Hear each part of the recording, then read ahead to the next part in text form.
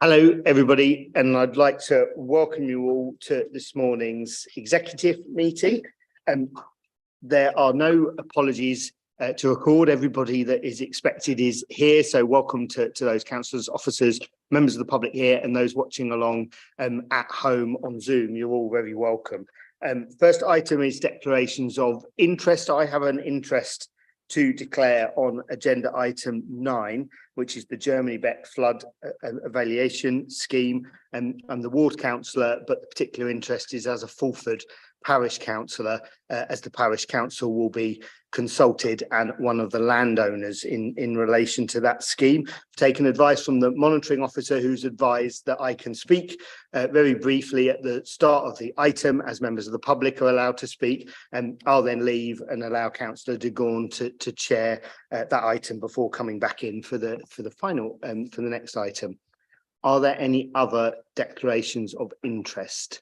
I can't see any from colleagues, so no additional ones to declare. Thank you very much. Which then takes us through onto agenda item 2, which is the minutes of the previous meeting, which is set out between pages 1 to 20. Again, I'll just give a couple of seconds in case colleagues have any issues to raise, and then could I please see if you are content with us accepting those minutes? So I can see some hands and some nods, so that's clear consensus in favour of accepting the minutes of the last meeting. Thank you very much. That then takes us straight on to public participation. And we have got 6 public participants joining us for this morning's executive meeting. 3 of those are joining us remotely and will be speaking into the meeting, and 3 are in person with us in the room. So welcome to all of those public speakers. Our first public speaker is Libby Walton, who is a local resident speaking on the Germany Beck flood Alleviation scheme. Hopefully you can hear me, Libby, and you've got 3 minutes to talk to us. Good morning. Yes, I can hear you loud and clear. I won't probably take the full 3 minutes, but I am a local resident, and this flood defence or lack of flood defence does directly impact on our street where I live at the moment. So from my side, it is essential that we get the funding and get it in place as soon as possible, because without a flood defence, the residents around here are cut off and very much isolated. We have an awful lot of elderly residents that are unable to get care from carers if they can't get through the floodwater, and homes are put at risk, especially on Fordlands Crescent where I am, due to tunnel drain subsidence and floodwaters mixed with sewage coming up the drains, which is just not a pleasant experience. We as residents find it mentally and physically debilitating not being able to get out of our own street just to go and get basic supplies.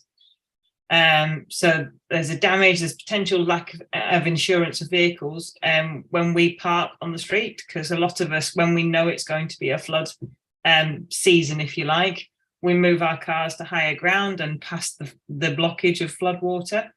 But there's no guarantee that our insurance will cover this. So if somebody damages our vehicles while we're there, we're then potentially liable for those costs, which doesn't seem very fair when it's not our fault that we get stuck.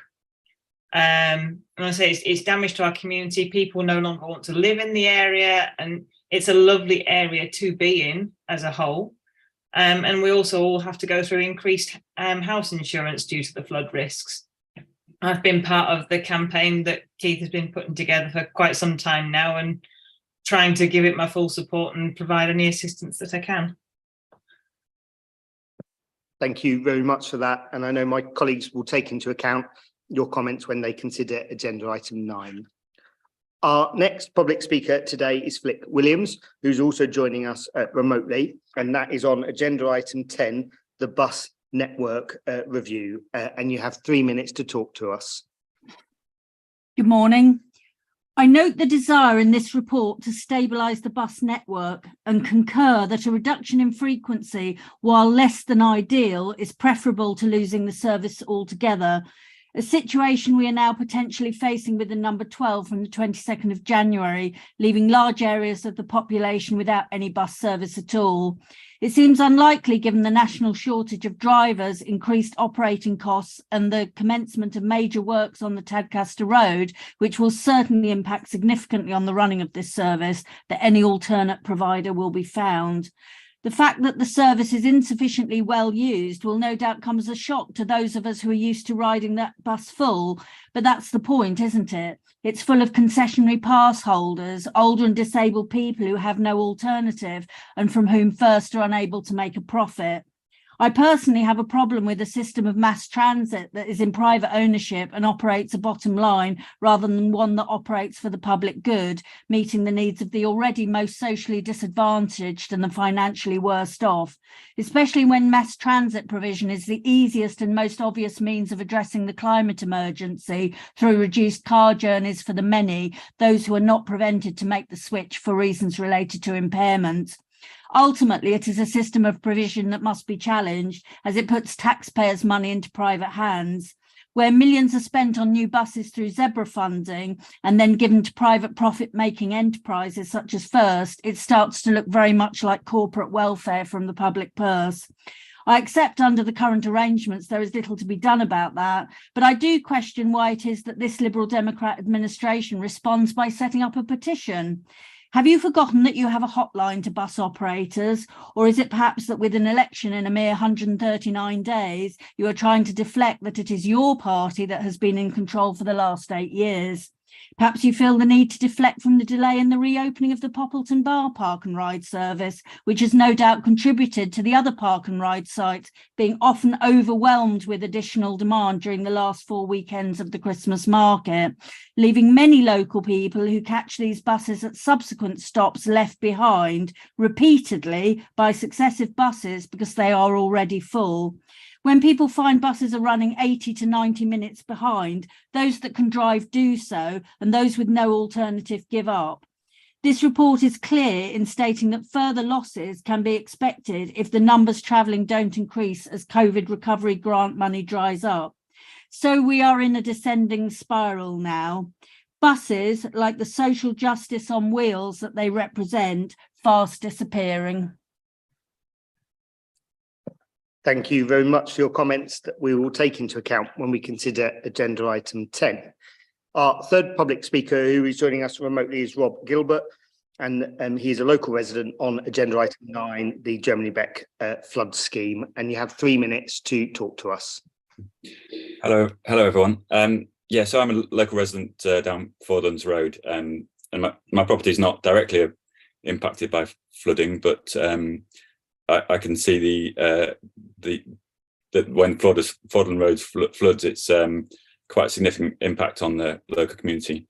I mean, I can understand it's horrible for those local residents where their property does flood outside in the street, and Libby's explained how that impacts her, and I thought I'd say about how the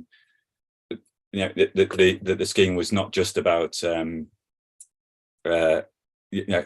what additional benefits the scheme will bring would mean a lot to local residents who get cut off and feel isolated when it does flood.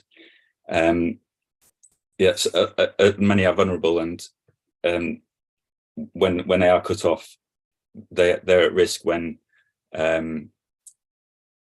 emergency services or vital services can't get to them when it floods. And in the current situation where people have to park their cars on Thornton Road, on the city side of the flooding, that Thornton Road gets very busy, and at current there's construction traffic going through there to Germany Beck development site, and in the future there will be school coaches using that road to access the secondary school,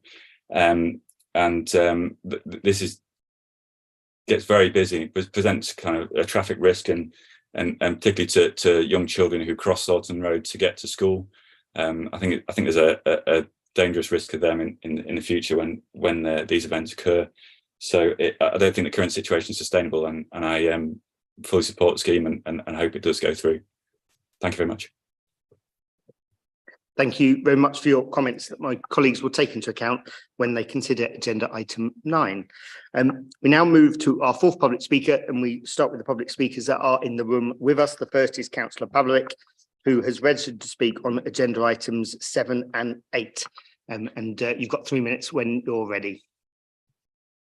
Thank you, Chair. I was hoping to be able to speak in some detail about both housing related agenda items. However, the complexity of them means that I'm only going to have time to touch on the first report. The Asset Management and Retrofit Strategy Report was never intended to be a report card on the 3.5 years of Lib Dem Green rule of York. And for that, I'm sure you're very grateful. Had it been an assessment, it would have been damning of your performance and conclude with a must do better. You're asked to approve continuing to deliver to the government's decent home standard and adopt an enhanced York standard, whilst accepting that almost 5% of the entire stock does not meet the existing decent home standard. That's almost 400 homes. You're asked to continue to identify and work to deal with damp and mould, yet scrutiny heard last week that there are over 150 council homes with such significant damp and mould that they're a risk to health. We also have 110 empty homes that are taking 78 days to re-let, when they should be offered to some of the 28 homeless families with dependent children living in temporary accommodation. Yes, we have had a pandemic.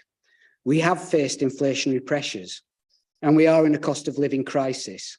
But that can't and must not be used as an easy excuse to absolve you from a failure of planning and an overall strategy. You unashamedly have put all your eggs in the housing delivery programme basket.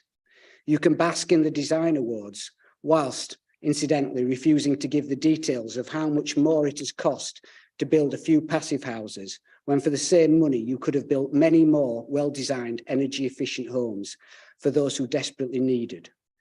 And you've taken so much of the focus of the housing officers that the nuts and bolts of the core functions of the council, repairs and getting homes fit to be re-let quickly, which has cost the council £500,000 in lost revenue, has been allowed to underperform. Your retrofit programme, which aims to deliver EPC standards to around 300 homes over the next 3 years, when we have 2,700 at EPC D and below, shows how little you understand the pressures being faced by residents living in cold, damp and mouldy homes, while your own impact assessment leads to increases in respiratory illness, heart disease and asthma. In May, the electorate will have an opportunity to get rid of a failing, self-absorbed, arrogant administration, more focused on chasing awards for vanity projects than meeting the needs of the hard-working people of York, who deserve warm, safe and affordable housing, which an incoming Labour administration will prioritise. Happy Christmas. Thank you very much. Obviously, happy Christmas to you as well. Nice to hear from you. And my colleagues and I will take account your comments when we consider agenda item 7. And our next public speaker today is Councillor Fenton, who has registered to speak on agenda item 10, the bus network review. And you have 3 minutes to talk to us. Thank you, Chair, and thank you for the opportunity to speak in relation to the report sets out the challenges faced by the bus industry as it recovers from the impacts of the pandemic and the impending financial cliff edge as government's funding support comes to an end next March. I support the aim of stabilising the bus network and providing a solid foundation for future growth in passenger numbers and to attract people back to the bus. But of course, for that to happen, there need to be bus services for people to return to, and the number 12 service is a case in point. I support the recommendation that maintaining the extent of the bus network is the key priority within the budgets available. This is important in supporting a quality of access to public transport for all of York's communities and also supporting our carbon reduction ambitions. As the report notes, the alternative would lead to a devastating effect on some communities who would lose their public transport links altogether. The report confirms First Bus's intention to withdraw the number 12 service from the 22nd of January. This has understandably caused a great deal of upset and concern among residents in Woodthorpe, Aiken Park and parts of Foxwood, for whom the number 12 is their only practical means of accessing public transport. And they don't just use the number 12, they connect with other services, which in turn helps to make those services sustainable. And I know that communities in the east of the city, which the number 12 serves, will have similar concerns. I welcome the news that officers are seeking an operator to take on the number 12 route. In the spirit of the motion passed at full council in October, I would ask officers to engage actively with members and user groups as part of their work with operators to review bus routes and timetables, particularly in scenarios such as this, where we are trying to find a way to maintain a vital service to communities. The people who use the service or would like to use the service are well placed to offer feedback to help inform future plans. I'll finish by quoting from one of a number of letters that I and I'm sure other colleagues have received from residents since the news broke about the number 12. And I quote, "I am one of the people for whom the number 12 is the lifeline which enables me to maintain a happy, healthy and independent lifestyle. I do not know what I would do without it." So I would urge executive members to approve these recommendations and stand ready to work, and I stand ready to work with officers to help retain a bus service for residents on the number 12 route. Thank you very much for your comments, and we'll take them into account when we consider agenda item 10 later. And then our final public speaker who is here with us in person is Graham Collett, who's also registered to speak on agenda item 10, the bus network review. And this is comments on behalf of York Bus Forum, and you've got 3 minutes to speak to us. Thank you, Chair. First of all, I should say that we do welcome the action that the council has been taking to stabilise the bus network, which is very much appreciated by our members and by all our supporters and parish councils. I'm going to just comment on some of the recommendations and then add a couple of points at the end, if that's okay. Going through the recommendations, the first one we do support. This is about the reduction in frequency, but we do feel that it will put some people off from travelling because they'll have to remember what time the buses operate, whereas at the moment a clock face on the hour or half hour, when they go to 40 minutes or 45 minutes, nobody knows what it's doing in that hour. They've got to keep looking it up, so it's unhelpful, and that will deter some people from using the bus. On the second recommendation, we're not clear what part of the BSIP is being used to deliver the support that's mentioned there. What else will be sacrificed to do this, and will it affect concessionary fare support? On 2B, we support that one, but we do have some concerns about the loss of passengers due to reducing frequencies further on routes that only currently run a few times a day. We support working with partners on encouraging recruitment and driver training, but why is there no mention of marketing? Surely there's an urgent need to attract passengers when overall use is 20% down compared with pre-COVID levels, and concessionary pass use is 35% down. Some operators have already started marketing campaigns, and the council should support these in any way they can. A firm commitment is needed to reopen the Popperton Park and Ride operation by Easter 2023. Although that's a recommendation, further on in the paper it appears that there's mention of summer, and I think from that point of view we do want a clear commitment. It's a pity this could not have been done in the autumn, so it would have taken some of the load off the Rawcliffe Bar and Ascombe Bar services during the massive increase in Christmas markets traffic. Recommendation 3 we fully support. Recommendation 4, in view of the cliff edge situation on government funding after March 23, as Councillor Fenton has mentioned, we feel that a report needs to be made to the executive much earlier than the summer. We would urge this be brought forward to the end of January. Other comments on the paper. On the consultation section, there's a mention that we were consulted. Well, it's true that we were in October.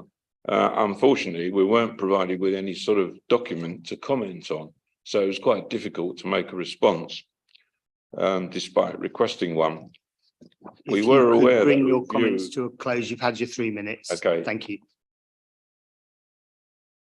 Oh, I mean, do finish a final sentence. Okay.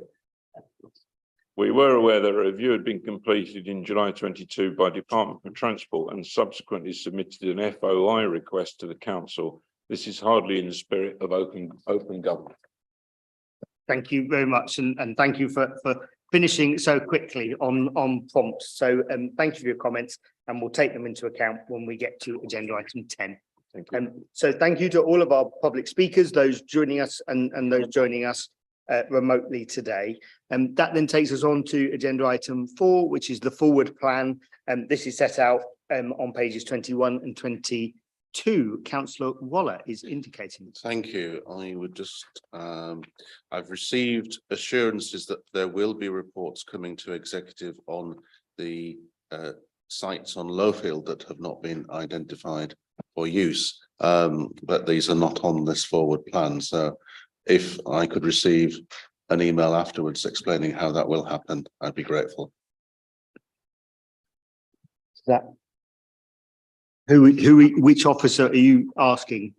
Neil is indicating. Neil. I understand that's in hand. Yes. Yeah. I'll make sure that goes in the plan. Great. Thank you very much, Neil. So with that addition, can I please see if colleagues are happy to accept the forward plan? So that's clear consensus in favour of accepting the forward plan, and we'll obviously minute that additional item that will follow. So that then takes us on to agenda item 5, York 2032, the 10-year plan, and this is set out on pages 23 to 66. And I think I'm handing over first to Ian, and also welcome Claire to the table. Yes, thank you, Chair. Members will be aware that you considered 3 key strategies at your last meeting. Those strategies are heading on to full council tonight. Clearly, I don't need to remind you in terms of the last 3 years have been incredibly challenging. In terms of responding to those challenges, partnership working has been absolutely key in terms of working with our key partners in the city. And that very much remains. You'll also be fully aware that the challenges remain. You're hearing about some of them today, clearly. The next item highlights some of our financial challenges. There are, as you'll be aware, major challenges in terms of cost of living, and you had a report at the last executive on that, and major challenges clearly also in the health system. So evermore really is the need to pull together as a city, work together in partnership. And it would be easy, wouldn't it, to actually get too focused on the day-to-day without actually thinking about the future. And the 3 strategies you've considered, but also the 10-year plan that brings it together, is very much about continuing to look ahead, because actually it's only by looking ahead that you will really be able to strengthen York as a place and actually tackle some of the challenges that we face. Claire will talk a bit more in detail about the engagement that has been adopted, but I'd just like to really thank all partners who have contributed to the work that has been ongoing for some time, and really recognise that there is huge strength in the city in terms of our partnership work, and this isn't something that happens everywhere. It is really strong. We need to make sure it continues to be strong across all areas. With that, Chair, I'll hand over to Claire. Thank you. So just as Ian said, the 10-year plan has been developed in response to considerable local challenges, such as tackling inequalities, reshaping the economy and achieving net zero as a result of some of the worldwide and national challenges that we've had over the last 3 years. It's very much co-designed with city partners who have both the influence, reach, resources and a stake in the city that has been evident through their commitment during COVID, GBRHQ, the cost of living and others that are listed in the plan itself. It builds on the 18-month engagement programme with residents that led to the development of the 10-year strategies considered by Executive last month. It took a process approach to development, including reviewing the evidence collation and analysis, the insight and intelligence gathered through the engagement process, cross-party scrutiny that took place thematically across all of the 10-year strategies, equalities impacting to better understand the positive and potentially detrimental impacts, and finally city partner workshops that brought together city partners through a series of 4 workshops, 2 independently facilitated, 2 council facilitated, and then finally 2 city partner meetings and roundtable discussions. York 2032, the 10-year plan, which you see in front of you today, is comprised of a vision statement on behalf of the city of where we wish to be by York 2032, the priorities, goals from the 10-year strategies, and a series of actions that city partners have committed to. These include exploring actions to address housing and the causes of poverty as city partners recognise that these two factors will make a material difference to life in the city and deliver on those ambitions. The plan itself is designed to be flexible and it will evolve over the years ahead. It is coming to Executive today for your consideration and for Executive to particularly consider recommending Council now approve it later today. This approval, the full Council support of the 10-year plan, will unlock the opportunity for city partners, including the Council, to further engage communities as together we make our ambitions and the vision a reality. Thank you, Chair. Thank you very much. So obviously open the paper for any comments and questions. I'd just like to begin by welcoming the report and having spoken to a lot of partners, residents and businesses about the 10-year plan over many months now. I'm pleased that all of that work has culminated in this report and the strategy that's before us today. And when I consider back to the height of the pandemic, a lot of consideration, not just by the council, but by communities and organisations across the city, was given to how we would recover and really harness York's strengths to build back better. But we recognise that to do this, the council was never going to be able to achieve that alone. Everybody will hear later about the unprecedented financial challenges that we face, and as part of planning the council's financial strategy, and therefore that we needed to develop a new city strategy that the council and its partners could work collectively on in order to continue to improve the lives of everyone who lives, works and studies in the city. And that's the driving ambition that led us to embark on creating this 10-year plan. And to create the plan, we wanted it to ensure that it represented all of the different qualities of York and focus on those challenges that are best addressed at city level, and from linking our education, skills and innovation sectors to support employment, to further developing the city's response to climate change and tackling inequality. There's much more that can be achieved by working together with all of our partners. As detailed in the covering report, there has been, as Claire just mentioned, an extensive programme that's helped to inform the plan, numerous workshops, lots of engagement with residents and businesses, including the Our Big conversation, and obviously really importantly linking to all of the strategies that already exist at the council and in all of those partner organisations, so that we can pull in the same direction for the 10-year plan. I'd like to take the opportunity to thank all of those partners who've put a lot of time and energy into developing the 10-year plan, and also to our residents and businesses whose views, thoughts have helped to shape those priorities that are in the heart of the vision. From our city's unrivaled history and culture, to the expertise that we have in the biotech industry, to seizing the once-in-a-lifetime regeneration opportunity that York Central presents, there are many strengths and opportunities in York that will enable us to achieve those goals, and that 10-year plan will help us and partners work together to make sure that those opportunities are realised. And therefore, I'm very happy to endorse the plan and make the recommendation to full council later today to adopt that 10-year plan. So I'll look in case there are any further comments or questions from colleagues. Councillor Douglas. Thank you, Chair. Yeah, it goes without saying that a 10-year plan is tremendously important for our city. How can we achieve anything and the big items that need tackling in our city if we don't have that? And I think it's unfortunate that we've not had it in the past. So I hope that this will be the start of a regular review of a 10-year plan and something that remains in the work of the council over a long period of time. I think that's tremendously important. And I'm really glad to see that the city has been involved in this, but I think one gaping hole of who hasn't been adequately involved in this is members from opposition parties. There has been some scrutiny, but the 10-year plan in its form like this has arrived at executive, and it's the first time many of the members have seen it. And in my view, that is a weakness. We should be working on things like this together.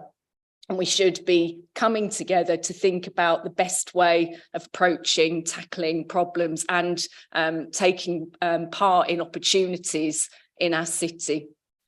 The other thing that's missing in here for me is that I still don't see the targeting of resources into the areas that we know need it most in our city. It's something that is missing time and time again. And I've highlighted in the report that the plan focuses on the areas that are of most importance to York. And I do ask, in whose view is that? Who's told us that they're the most important parts, most important things to the city?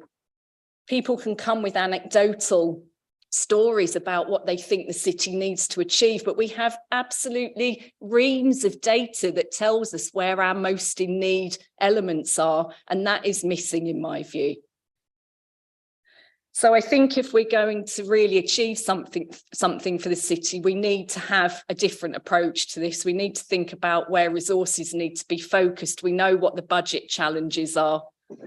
That's not going to get any easier. And if we're really going to have an impact on the city, then need must be taken into account. The other thing that is missing for me, and Claire did mention about housing, but I find it astounding that it's not in here as a key priority. I will talk about housing later on because it appears in the agenda. And I was at the York Human Rights City Network meeting, the indicator report launched last night that gave us some very important data around that.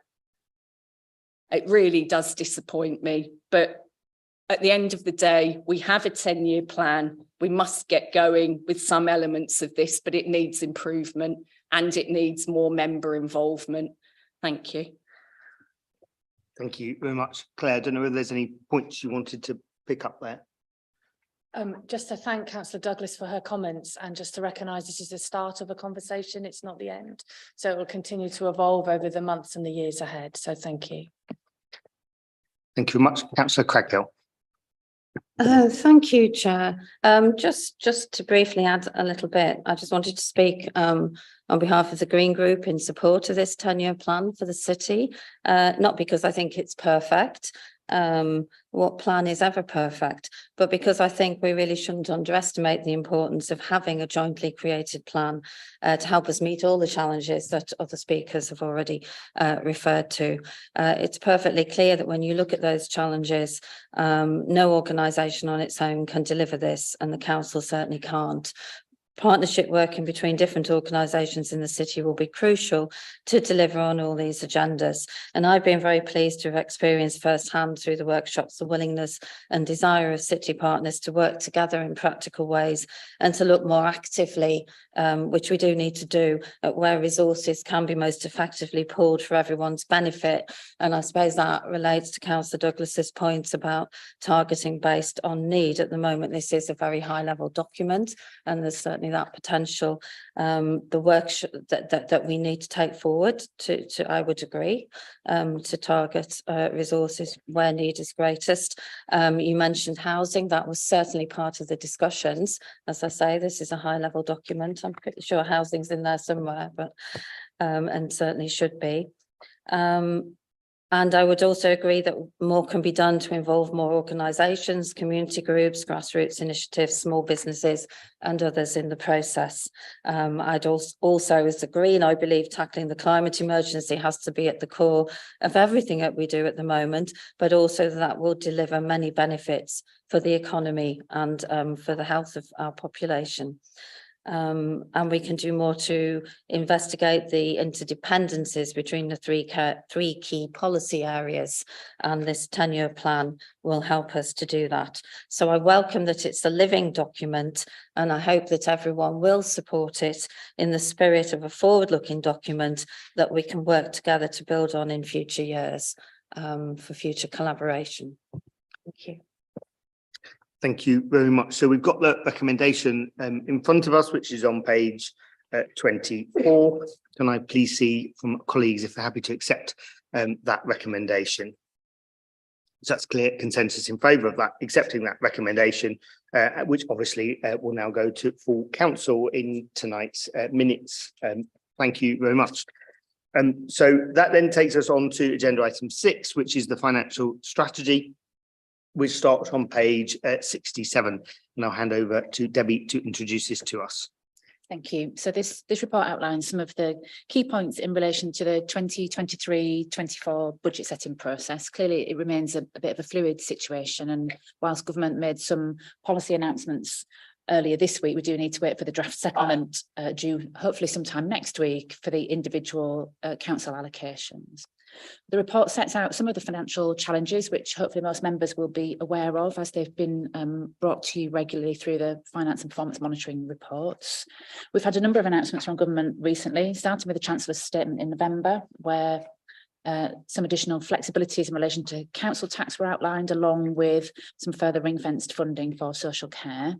Then on Monday this week, policy announcements were made and confirmed that some grant funding would continue, but that there would also be reductions in grant funding, namely following the abolition of the health and social care levy, the amount of additional national insurance we were allocated will be clawed back, and whilst New Homes bonus will continue for another year, it's at a much lower amount. A bit more information was also published on the social care funding, and it was clarified that will be distributed through a range of measures, really, including the Better Care Fund and a social services grant and a ring-fenced grant for discharge. And some of that funding actually is also available for children's services as well. So taking into account all the available information we have to date, we are forecasting a budget gap of circa £10 million in next financial year, and clearly we'll need to identify how this gap can be bridged. So as I've outlined in the report, this will be through reviewing the capital programme, some service efficiencies and reductions, as well as looking at fees and charges, and also considering the level of the council tax increase. The other point I would make that the numbers are all still based on estimates, and they're our best financial assumptions used for budget modelling and planning purposes. Clearly, all the decisions will be made in February at both Executive and Budget Council. And then finally, the report just includes a timeline for those future reports and outlines how the resident and other stakeholder consultation will be carried out. Thank you very much. I open it for any questions or comments. Go to Councillor Eyre first. Thank you, Chair. I commend Debbie on probably the shortest report she's ever brought to the Executive. Normally, when it's Debbie and I, it's about 600 pages of information document through. This one's a little bit shorter due to the fluid nature that we're in. I think the words have been used unprecedented in terms of the financial situation we're in. And I think while the specific nature of this challenge is unprecedented, the scale of it is unprecedented. The challenge and financial challenges facing local authorities isn't unprecedented. It's become the norm, unfortunately, for local authorities across the country, all for the past decade and probably even longer than that. I think what's probably not covered in the reports that we've done is the cumulative impact that this has been having on local authorities, and the scale of which successive governments have continued to target local authorities for funding cuts over and above that of other areas of public spending. Cuts that, let's face it, have led to bankruptcy. Croydon announced in November bankrupt 3 times, a local authority bankrupt 3 times, and huge government bailouts to support a lot of those local authorities. Fortunately, we're not in that situation, and through prudent financial management, we're managing to deal as best we can with the issues we face. Those issues were, as reported last time around, about £15 million. This includes things such as inflation, a massive increase in pressure on our social care, and increased demand across all council services, be that adult or children's, or as we're seeing elsewhere across customer service, and of course every single aspect of the council is facing significant increase in demand. At that time, the LGA were forecasting an £8 billion shortfall over 2 years, equivalent to 20% increase in council tax. I think, as Debbie alluded to, we did have the more recent announcement from the government about potential additional investment into areas around adult social care. But again, we see that being put forward through the regressive taxation of local council tax to adult social care precept, hitting those that can afford it the least, rather than taking a long-term and progressive view of how these challenges should be faced. We still have no long-term solution to adult social care. The settlement that's been announced is for another 2 years. It's another patch fix to get us through and see where we get to that point. We cannot keep patch fixing adult social care and children's social care. We need a long-term plan about how we look after the older and more vulnerable residents in our society. The timeline has made this particularly difficult. That announcement was only made in November with significant amounts of funding. We still don't have the details about what that funding is for, what the particular caveats will be about that. And we won't receive that until December, when we've always committed to having our information out as soon as possible. So that leads us to say the timeline that we've alluded to in paragraph 19, again, making our commitment to try and make sure information is available to the public as soon as possible. So we will have that early report brought in January to get as much information out to the public. It will be going to executive and then on to full council to maintain that process of having as much opportunity in public meetings for people to scrutinise those budget decisions we're making. Also welcome the consultation as alluded to in I think paragraphs 20 to 28. Consultation is now live and people are able to give us their comments. Our city has gone out to every home, making sure every home in the city has got an opportunity to look at the budget and have a comment on that. We realise that the complexities of council budgets can't always be answered in simple questionnaires, so we continue our commitment to run focus groups, which allows us to get into the depth of council budgets, what some of those budgets mean, and discuss those issues with the public. And I think that was what brings me to that. The final comment I made is we will need to be honest with the public as part of this budget setting process. We have had decades of austerity. Efficiency has been driven out of local authorities. There is no simple efficiency gains that can be made in local authorities. We are some of the leanest, most efficient parts of the public sector, and we continue to deliver over and above, I think, in reality, in terms of the money we spend. So there will not be any easy choices. And I think we have to be honest with the public and get those conversations out there as soon as possible. So with that, Chair, happy to agree the recommendations on page 67, paragraph 3. Thank you very much. I'll just check if there are any questions or comments. Councillor Douglas.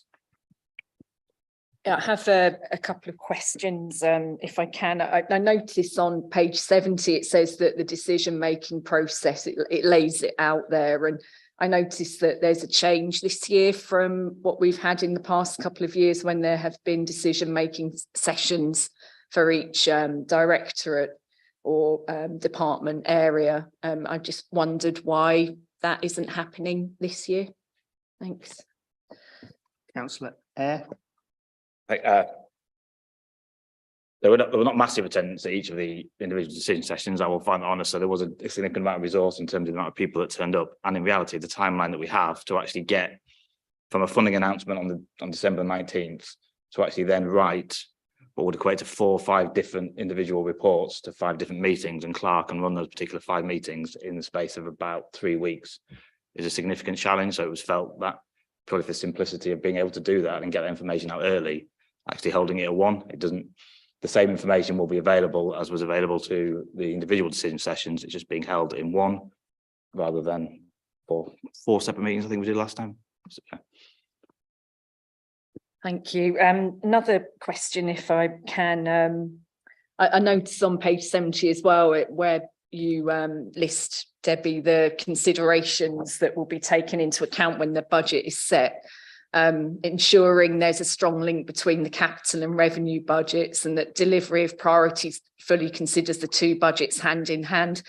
Do I assume then that you feel as though that link needs to be strengthened and there hasn't been enough focus on understanding what the impact of capital budgets borrowing and the costs of that to revenue are previously? No, not especially. It's just I thought it would be helpful to include those underlying principles that we always take into account when setting the budget. So it was just to reiterate that we don't look at the 2 in isolation, that when we're looking at the capital budget, that is either for investment to deliver savings or investment to generate income, or, you know, and that there is a revenue impact. So it was just more reminding everybody that that is a principle when we're setting the budget. Okay, thank you. And I'd just like to say and perhaps remind everybody that I believe I'm right that we spend 15 pence in the pound on servicing the debt of the capital budget. And that is 3 times what we spend on highways and roads, and 5 times what we spend on homes and housing and homelessness. So I think that we do need to have a look at that, don't we? We do need to think about what the revenue impact of borrowing is. And given the restraint that we're going to have to show on budgeting, I think that this area really needs a very strong look at. Thanks. Yeah, I would, obviously, we always need to keep an eye on the level of investment in the capital programme, particularly in a time of rising interest rates and so on. So we need to consider that carefully. But clearly the capital programme invests in all those things that you outlined. So that 15 pence in the pound, whatever the number is, would also cover that investment in highways, that investment in housing and those other areas. Thank you. Councillor Eyre. I think Debbie touched on a bit that I was going to include is that the capital programme does deliver on those things. So I think it's £15 million of that capital programme is actually on highways delivery. So that's the most significant area of housing delivery. So you can't disaggregate the two. St James's House, for example, in terms of dealing with housing and homelessness and all the investments in repairing council homes, etc., are all part of the capital programme. You can't assume that 15 pence being spent on the capital programme isn't going into all of the areas of the council. And I think that's what Debbie was alluding to in the previous paragraph you mentioned. We are not allowed as a local authority to just spend capital for the sake of spending capital. What she's reminding us as an executive is that the capital programme has to be delivering against the priorities of the council. And what we don't do as part of that 15 pence in the pound is disaggregate it and say that went on schools, that went on children with learning difficulties, that went on mental health facilities, that went on that, and break it down in terms of, perhaps we could do that in future, Debbie, and actually analyse what percentage of the capital programme is spent on each of those areas of the council, be that social care, be that housing, be that highways. Councillor Douglas. Thank you for that explanation, Councillor Eyre. But I think that what we really need to do is have a look at the areas that we prioritise again within that capital budget. And I do fully appreciate that we are spending capital on highways and housing. It's the areas that are not within those priority spends that I think that we need to look at. And I've raised it with the leader before that he needs to have a look at the capital budget and see where he's spending, where our priorities for the city really lie. So that if we are spending revenue on borrowing for capital, then it goes into the areas that our city most needs. And I think we really have to focus down on that in this budget. So I think the previous answers probably stand to that. We've got the recommendations in front of us on page 67.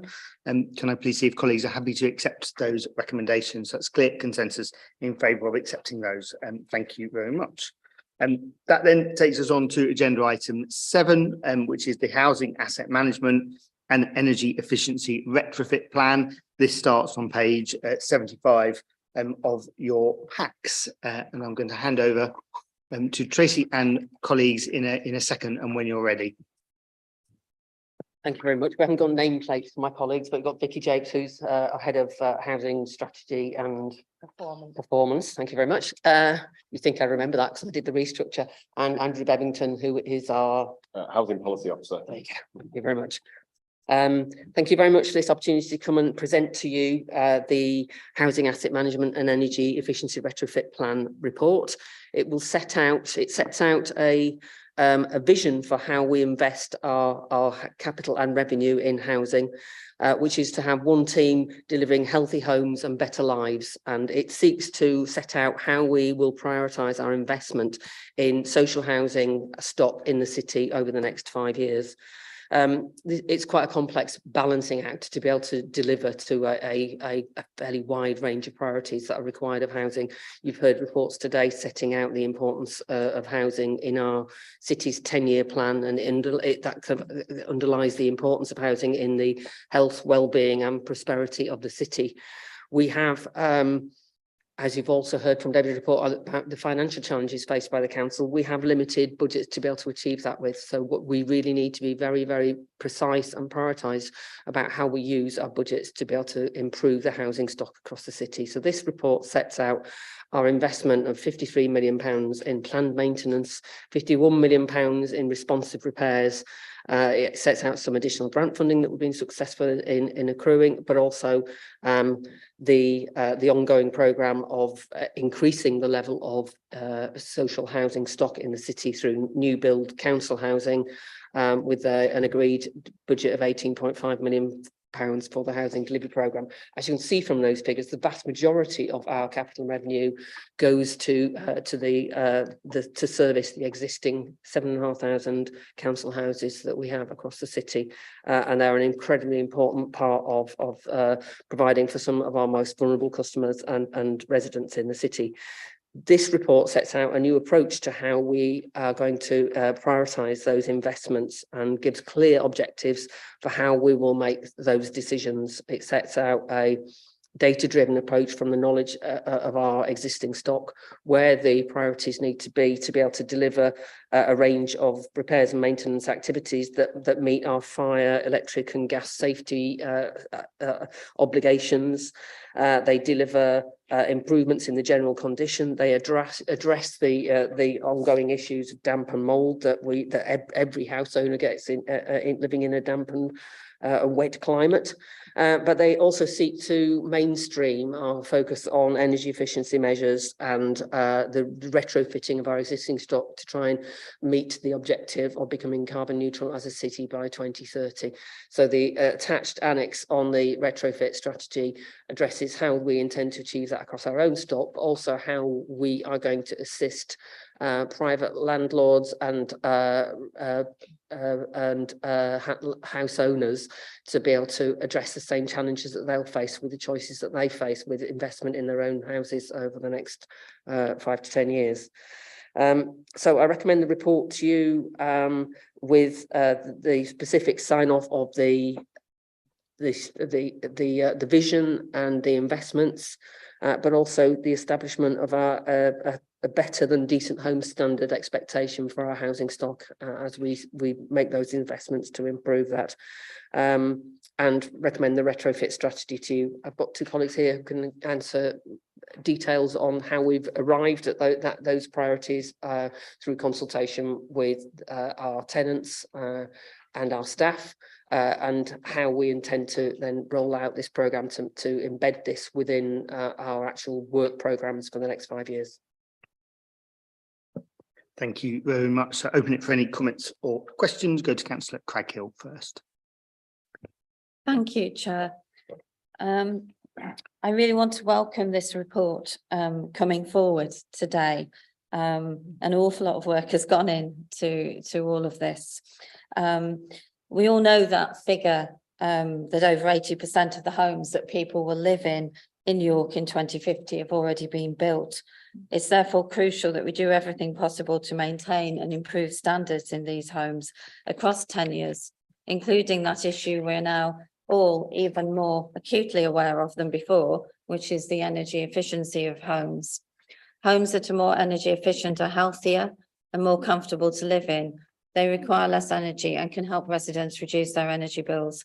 And they can also make that crucial contribution to reducing our carbon emissions and helping to achieve our carbon reduction targets. I really welcome the fact that this paper brings together both energy efficiency retrofit and the ongoing maintenance of the fabric of our homes into one overarching approach. Energy efficiency retrofit is one form of home improvement alongside many others, and it needs to be seen that way.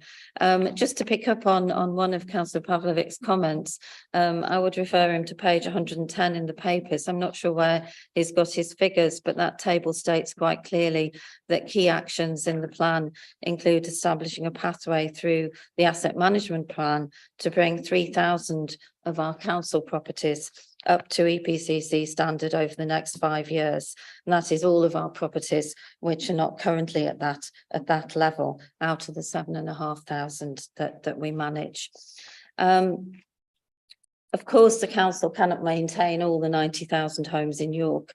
And as the paper points out, nearly 2/3 of those homes are owner occupied, and more than half of the remainder are in the private rented sector.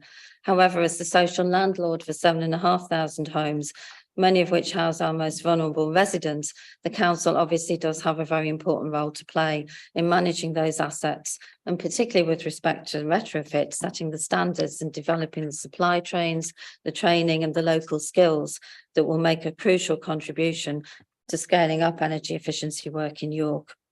I also welcome the updated asset management plan for that council-owned stock, as has been mentioned, with around 53 million of capital investment, as well as 51 million invested in responsive repairs and cyclical maintenance over the next 5 years. And I think that capital investment is certainly investment that we do want to see.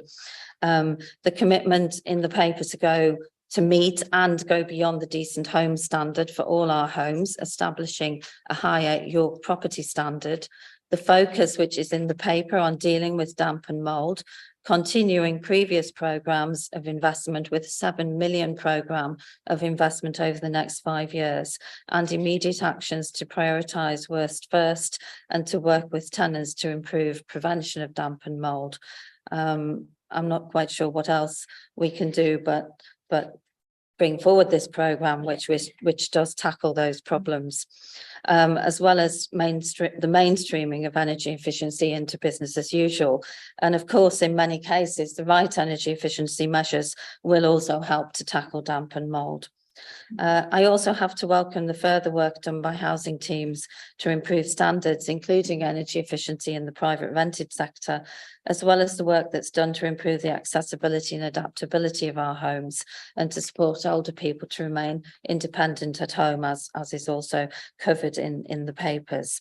And finally, I welcome the recommendations in the Retrofit Action Plan to prioritise the provision of retrofit advice and support across tenures, to progress work to develop innovative financial models across tenures, and to develop skills in supply chains to continue our successful programme of government funded schemes that both deliver improvements for residents and increase local knowledge and learning. So very much welcome the paper and want to thank officers for all the very extensive work that I know has gone in to getting to this point. Thank you. Thank you very much. Councillor Douglas, and then I'll go to Councillor Waller. Thank you, Chair. Of course, it's important that we have a plan to improve the quality of the houses across our city and the 7,500 council owned properties that we have that our tenants live in. But I would like to say and remind everybody again that we have had 8 years of a Liberal Democrat administration, and these issues are not new. In parts of my ward in Heworth, people have been waiting for over 8 years for this work to be done. And they are people with significant health issues and very limited resources of their own as well. 8 years to have damp, standing water, tenant's choice, windows replacement. The impact, as I've said in previous executive meetings, of people who have chronic health conditions, that are living in conditions that are damp, they are not airtight, heating is really expensive at the moment. It impacts on other areas of our budget, so adult social care, children's services, public health. I could go on, I'm sure. So this is tremendously important. And I think really that the Liberal Democrat administration, the leader, I think you need to apologise to those tenants who have been waiting for that period of time to have this important work done. It's taken you nearly 8 years to have a report in front of us about how we're going to tackle the problem. And as you might imagine, in my view, this isn't enough. It's not fast enough. Thank you very much, Donna and Tracy. If there's any points you want to pick up in and amongst that. Yeah, we don't have any tenants who've been waiting for a repair for 8 years. We've got programmes of tenants' choice which replace kitchens and bathrooms on a cyclical basis, and we are actually ahead of the game on some of those programmes at the moment. Window replacements, similarly, it's an annual round of window replacements based on the age of the property. In terms of the standing water programme, it's covered in the report in a bit more detail because it's been a more difficult issue, which was regrettably quite impacted by COVID because people were not able to vacate their houses to allow us to do the standing water repairs and maintenance. And we are slightly behind on that programme, but have picked up speed in the last 6 months and are getting back up to being on programme. And that is part of the investment programme that will continue. But we do not have 8-year-old repairs waiting to happen. Thank you very much. Councillor Waller. Thank you. I'd like to support very much the principles in paragraph 91 of the skills engagement with York College. I think ensuring that young people and people retraining are brought in to do many of the tasks that we need as a city to ensure greater energy efficiency. My principal question is in the engagement with tenants and tenant voice. Yesterday, Councillor Fenton and I attended the funeral of Terry McLaughlin, who had been a long time chair of the FED of Residents Associations and a strong advocate for engagement with officers, sometimes a little robust, but it was about getting a good outcome and an open debate about prioritisation, about the allocation of resources. Within this paper, there's a lot of investment in planned maintenance, housing repairs, and insulation of existing properties, as well as enhancements with retrofit. So there's always a balance there. And Tracy, you mentioned the issue of prioritisation. So I think ensuring that tenant voice is fully engaged with, that will help us as ward councillors do our job, because we will understand why something has happened the way that it has. I'd like, in light of some of the previous comments, to pay tribute to the efforts that were made to maintain tenants' choice during lockdown. It was a very difficult time to respond to the interest in getting that modernisation programme through. It was people have been waiting for that to take place, and then there was this hesitancy that some people felt about having people come into their house at the time that the national message from government was very much about staying home alone. So I think that was handled in a sensitive way, and there had been the impression, once we were through the lockdown process, that things would start to get easier, without recognising there would be a war, there would be a dramatic loss of skilled work people to do the tasks that we expected. So you were into a new phase of pressures, but I think that emphasises even more the need to ensure that tenants really understand what pressures you're under and how you are trying to meet their expectations in terms of repairs and maintenance. Thank you. Any comments? Vicky can just talk a little bit about the changes that we've made about engagement with tenants and making sure that tenant voice informs our decisions and the on the ground work as well. Both of the points that Councillor Waller made, I'd just like to pick up on slightly. So thank you for the comments about tenants' choice, and just to assure you that we're aware that a number of people didn't take up the opportunity of tenants' choice during the pandemic.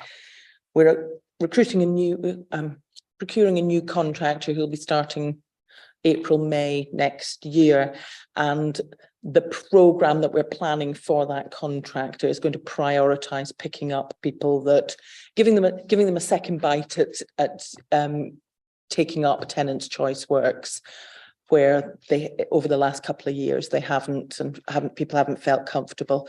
So those properties are being prioritised at the start of this programme before we move on to the next year's worth of work. So people will be approached again if anyone's got concerns. And in relation to tenant engagement, thank you for the point, and my team obviously take tenant engagement seriously, and we're looking at a range of different ways of working with people. I think pulling the work into a sort of asset investment plan has been really helpful. We've shared the York-based standards with about 250 tenants that said in the last tenant satisfaction survey that they would like to continue to work with us, and also tenant scrutiny panel and things. So those standards on the York-based standards have been set in consultation with our tenants. We've also just this week had responses back on consultation around the standard operating procedures for our contractors. So that there'll be standard letters, people will know people should all show their ID cards when they come. You should always be told in advance if trades are coming to your property. People have in the past gone and put scaffolding up in people's gardens without them knowing about it. So we've taken the comments that people have made to us previously, written them into some standard operating procedures, and again consulted this panel of 250 tenants who've said they're happy to be involved. We've had some really positive feedback. We've had some areas where they think we're being quite bullish, so we're quite pleased with that. We've also, the new contracts that are going out, which will cover all of the works that are in here. Tenants have been involved in setting the key performance indicators that are in those that are going to be in those contracts, and they'll be involved in monitoring performance against those indicators. So we've really tried to pull people into its major investments, so people really need to have a stake in how that money is being spent and how well they consider we are spending it. And this week we've just had the results of the latest tenant satisfaction survey back, and that information will obviously be available in the coming weeks. Thank you. Thank you very much, Councillor Douglas. Yeah, I'd like to go back to where I hoped I was going to be able to come in to continue the conversation about the point I made earlier about waiting for 8 years for work. It wasn't about repairs. It's about major works to the houses, the standing water and the damp. And I've asked for this information repeatedly, but actually not been given the full data from the housing department. So when I'm told by people that I come across, either through the council, people that live in the properties, that they've been waiting for that period of time, and I've got no other information that's been provided to me, even though it's been asked for, I have to believe what they tell me, and that's what I do. So I think that, 8 years of an administration and we're still at the point that we are with some of our properties, it's just not acceptable. And I'm sure through the tenant satisfaction survey, you hear some of that as well. So I think that tenants do need to be apologised to, they need to be taken seriously. And I'm not looking to officers in this. I think you do the absolute best you can with limited resources. I do understand that, but it's where the priorities are made for the administration. I don't think there's enough priority put onto improving the condition of the housing for our 7,500 tenants in the city. Thank you very much. So just to follow up there, so your comments don't relate to tenants' choice, but they relate to standing water issues. Presumably all of those examples have been shared with housing officers so that they can look into them if there are examples, but if not, obviously please do, and I'm sure that Tracy and team, I can see Neil's nodding, will pick them up for you. I think if you ask the relevant officers, they will know that I'm in contact with them regularly about these issues, and it's particularly in Bell Farm. I've raised it many a time. Great. So I'm sure that will be looked at again, if not, and a response will come to you. So, Councillor Craghill. Well, just very briefly, just to say, I know, I'm aware, I think you've probably copied me in, or other people have copied me in. Issues like that have certainly been raised with officers. I think, can't comment on specific cases. Obviously, where there's standing water in a property doesn't necessarily mean that that property isn't in a reasonable condition to live in. It means that it needs action taken. It needs putting into an asset management plan, and that's exactly what this is doing. 7 million of investment over the coming years to deal with issues like that. I think where we all acknowledge that there is an issue, which again, you've heard what Vicky just said, and where one area we can do a lot better is communicating with tenants and being really clear about what is happening. So that's something that's certainly being taken on board and that we are doing. But I'd just like to, challenge this notion that many tenants have been waiting 8 years with their houses done, but that's not quite the situation. You know, there are some serious examples that need tackling. We're aware of those, and those are being addressed. You know, but it's a complicated situation. So yeah, just to challenge that.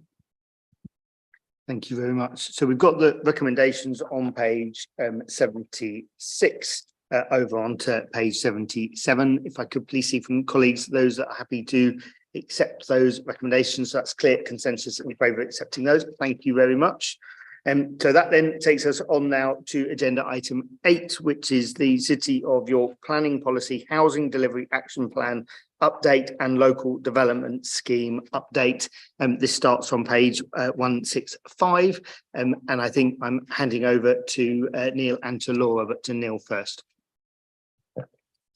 Thank you, Chair. The report in front of you considers the City of York Housing Delivery Action Plan and the Local Development Scheme. It has been updated since the Local Plan Working Group in 2 areas. So little recommendation 2 to incorporate the full council resolution in respect of short-term holiday lets. And at page 194.7, we've included a reference to cooperative and community housing schemes in terms of those bodies that we will work with to increase the housing delivery in the city. In respect of the Housing Delivery Action Plan, it's a backwards looking exercise taken at the start of April this year, and looks at the delivery of homes in the city. I would note that, and has been discussed extensively at Local Plan Working Group and by executive historically, that it's not the authority that builds all these houses. It's effectively us that provides the consents, and I'd refer members to page 200, where there is over 7,500 consents still within the city, yet undeveloped. And last night we got the news from the Secretary of State that land north of Monk's Cross adds another 900 homes to that list of consented properties. So there's now over 8,000 consents in the city, and yet last year we failed to deliver against our housing delivery test. So it's not that we're not consenting houses to be delivered in the city. In respect of the local development scheme, it's an indicative timeframe of the delivery of the local plan and our planning policy framework. We have got increasing certainty of the delivery of the local plan as we head towards a decision in January for executive, at which point we will also consider the supplementary planning documents that are referred to within the local delivery scheme. And clearly there'll be opportunities once all being well, the plan is adopted for the new administration to look at that list of supplementary planning documents and their priorities in terms of delivering those. So that's a quick summary, and Laura's here to answer any detailed questions members have got. Thank you very much. Open it for any questions or comments. Councillor Eyre. Thank you, Chair. I think, as Neil alluded to, this has been to the Local Plan Working Group at the beginning of this month, and I thank members for the good debate that we had. It's gone now, but it was good to see Councillor Pavlovich here, who was one of the chief contributors, I think, probably in that meeting. I think we were there for about just over an hour, and probably 3/4 of that was probably Councillor Pavlovich himself, and we always welcome his insightful and interesting questions. As Neil has alluded to, I'd always caveat the delivery figures that are included in this particular report and for the reasons behind this, as they are based upon that standard methodology that, when the local plan is adopted, will never have actually applied to the city for anything other than the purposes of this particular document. If you take into account the figures in the local plan, the 65% referred to here is actually nearer to 85%. And if you look at 2020, 2021, we actually over-delivered against the particular targets that we were set in that year. So, as Neil said earlier on, it's a 3-year assessment, so it's affected by certain blips in particular years. So you look at, for example, the table on page 168, the slow delivery in 2018-19 is probably the biggest significant issue in terms of the total under delivery across that 3-year period. Next year that will drop off, and if we have strong performance in 21-22, we'll see a completely different figure. So there are in-year fluctuations based on particular issues such as those ones. It is a particularly strange policy. I've always thought that it makes very little practical difference in terms of what we do at the city. It, as says on the report, of that figure that we have means that we have a presumption in favour of sustainable development. The presumption in favour of sustainable development is there already as part of the MPPF, so it makes very little change. I can note that pretty much as with most government housing policy, it doesn't really make any practical difference to anyone living in the country or in the housing delivery that we're achieving as a nation. And it's worth reflecting that actually the huge drive in delivery that we've had at the moment in the city has probably been the CYC housing delivery programme. Has been able to pick up some of the slack in non-delivery in the private sector and helped us in that post-COVID recovery. We always knew, and the local plan's been going on for even in my time for a significant period of time. And the first conversation we had around the local development framework at that point was the closer that we got to the local plan being adopted, we would probably see a slight slowdown in terms of our delivery. I think as you look on page 198, you're seeing a downward trend in delivery on brownfield sites in the city. That's a reflection of the fact that the policy that we adopted to take brownfield first has been hugely successful. And as a result of that, the supply of brownfield land in the city is actually diminishing, which means that the key areas of land that are needed to take that next step forward in terms of housing delivery are those outside of the greenbelt areas. Those are the key strategic sites that are adopted in the local plan. And there's a requirement for the local plan to be adopted in terms of bringing those forward. So we always knew that that would lead to that slight slowdown, and it's actually probably a positive side in many ways that those people who have that land on the strategic sites have such confidence in the local plan that they're willing to wait in many cases to be able to bring those forward after the local plan is adopted, rather than trying to bring them forward earlier than that one. Obviously, the Huntington decision was brought forward slightly before the local plan was adopted. There were specific reasons about that site, I believe, in terms of land ownership issues that meant there was a time frame that was needed to bring that forward. But the vast majority of people on strategic sites have been able to wait and hold on to those particular sites and wait for the local plan to be adopted, get those strategic sites adopted and get on with what would be, I believe, a step change in housing delivery in this city. It was mentioned at the local plan working group that we've seen a drop off in consent on major applications. And I think, again, that's something that isn't a surprise to us as a local authority. As we get closer to that local plan period, again, something we knew was those particular landowners who have land that is not in the local plan are aware that, again, with confidence the local plan will be adopted, their sites are not going to be part of that strategic allocation going forward. So we see a high number of speculative applications being brought forward on major sites as people try to, in many ways, get those adopted, get the planning applications in for those approved prior to the local plan being adopted, so they get able to build housing on those ones. The second key issues I think around this report are, it's good to see the local plan timeline on page 212, giving a clear outline of when we get to delivering that particular local plan. And then the final point I wanted to make, again, which Neil alluded to, was that issue of performance versus consents. I think on page 199 you see the delivery statistics, and on page 200 you see the consents, and that was one of the big issues that we discussed at the local plan working group towards the end, in terms of that was those issues and concerns that all parties across the local plan working group had in terms of land banking. Faintly on Barbican site, for example, being one that sat dormant for many years despite having significant allocations for an application for site. And that issue of corporate profitability versus delivery, we all know private sector companies will look to maximise their profits on those sites, and that will be the prime deliverer in terms of when they bring those forwards and when they choose to bring those forwards, not necessarily when it is. But again, getting that local plan in, which has a clear time frame, not just to deliver the local plan, but actually how those strategic sites are delivered, those that are delivered in years 1 to 5, 5 to 10, 6 to 10, and 11 to 15. So with that, Chair, I'm happy to move the recommendations on page 166, 167, paragraph 8, which I believe, Neil, includes all of the amendments that were requested by the local plan working group. And thanks to officers for turning that around in what was a matter of weeks. Thank you very much. Councillor Douglas. Thank you, Chair. I'd like to put the human side on this. We do understand that the Housing Delivery Action Plan is almost a policy that sits out there in the ether, and we tend to think it has no real impact on the city due to some of the issues that Councillor Eyre has outlined around developers and their willingness to start building. But the fact is in York that we have a severe undersupply of housing, of homes, and it impacts everybody from the top of the economic scale right down to the bottom. Now, it's particularly noticeable, I think, for us as councillors, when you start to look at the bottom end, the lower end of the economic scale, when people are looking either to move into or take advantage of council-owned homes, or they are trying to rent and buy. And so I'm going to tell you, well, perhaps I'll give you a bit of data for a start. Homelessness in the city, and this was raised by the York Human Rights City Network Indicator report last night. So this year, of the people that have come through to CYC housing options who believe that they will be made homeless or have been made homeless, 184 of those people this year were assessed as not meeting threshold for support. So when we compare that to the previous years, last year there were 5 people that approached them and were assessed in that manner.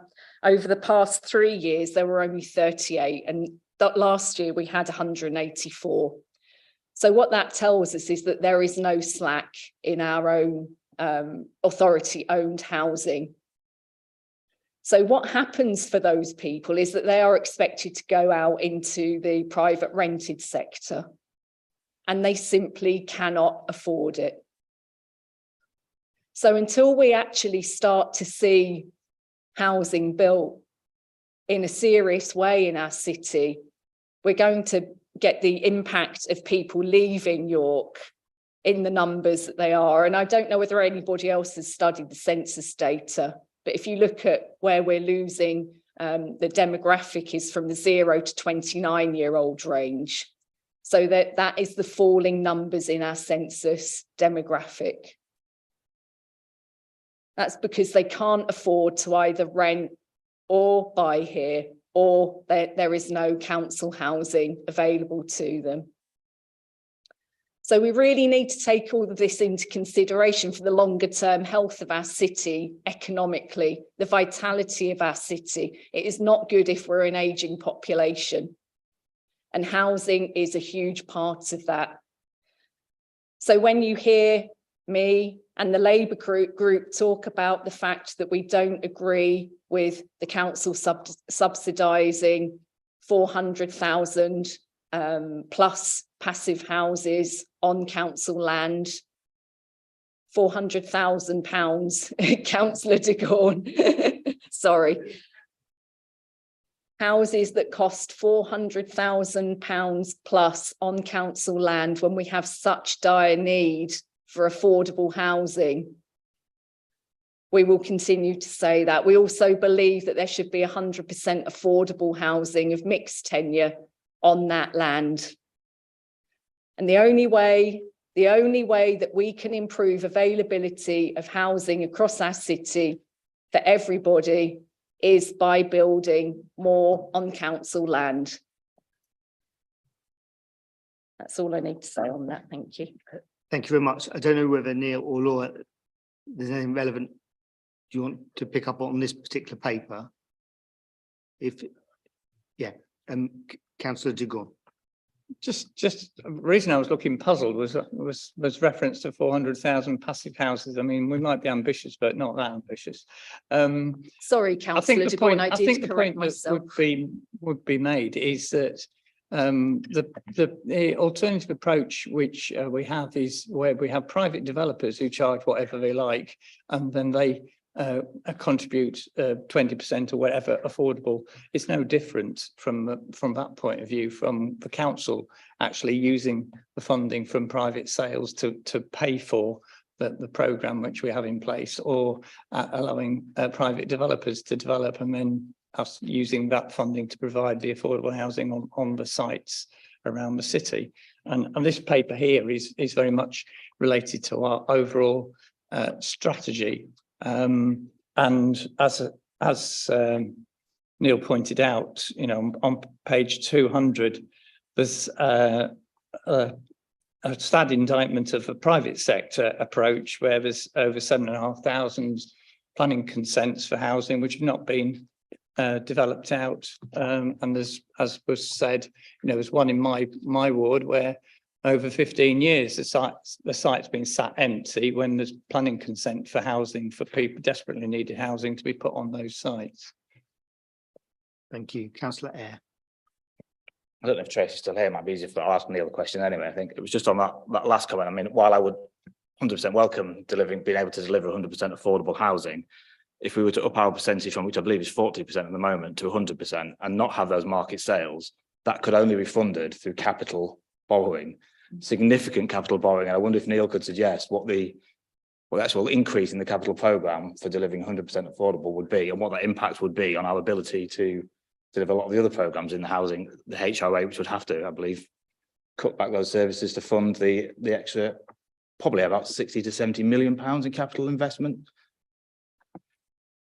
Rather than comment on the who for the figures, I think the principles that the administration has taken forward has been explained by Councillor de Gorn in terms of the capital borrowing has been minimised by the revenues coming in from the private sales. So I think, and the cost of the private sales on the sites reflects the York housing market. So they are selling, and they are selling very well. So they are reflecting the housing market, and the profitability from those sales is reinvested in increased above policy affordable housing and better environmental standards. But clearly there are a number of models can be used in terms of the development of housing in the city, and clearly members considered those back in 2016-17 when the housing programs put in play. So rather than reiterate all of those models off the top of my head, I think it's just reflecting the model we've got and how effective it is at going above policy. Councillor Craighill. Very briefly, just to add to that, clearly the market housing model that we're using at the moment does enable things, more money to come back in, and means that we can build more in future. There are many different models, as Neil has said, and using one doesn't preclude using a different one alongside that if we have the capacity. There are some sites at the moment, generally smaller sites, where we are looking at 100% affordable in partnership or with housing associations, whatever. And just to add that we're doing 60% affordable on Duncombe and Burnholme with that Extra Homes England funding and that very popular shared ownership model, which is enabling people to get onto the housing ladder, as they say, and also the recycled shared ownership programs that we're being very successful with at the moment, getting that funding in. So, you know, I think a range of different models are what's appropriate to meet the range of needs in the housing market. Neil? Just one point, because I think not only are there lots of models, the journey hasn't ended. So Councillor Douglas's point around where we go in the future, there are 4,000 affordable homes in the local plan or thereabouts. That's a rough figure off the top of my head here. So the opportunity to then go above policy on those sites and engage as a council with those developers is absolutely in the grasp of members going forward. Thank you very much. So we've had the recommendations between pages 165 and 226. If I could please see whether colleagues are happy to accept those recommendations. So clear consensus in favour of accepting those, and thank you very much. So before you move on to the next item, obviously having declared an interest, and before I leave the meeting and hand over to Councillor de Gorn, following advice from the monitoring officer, I would just like to note a few comments in my capacity as the local councillor on how important this project is. Residents in Fulford have had to experience the impact that frequent floods have had on their day-to-day lives over many years.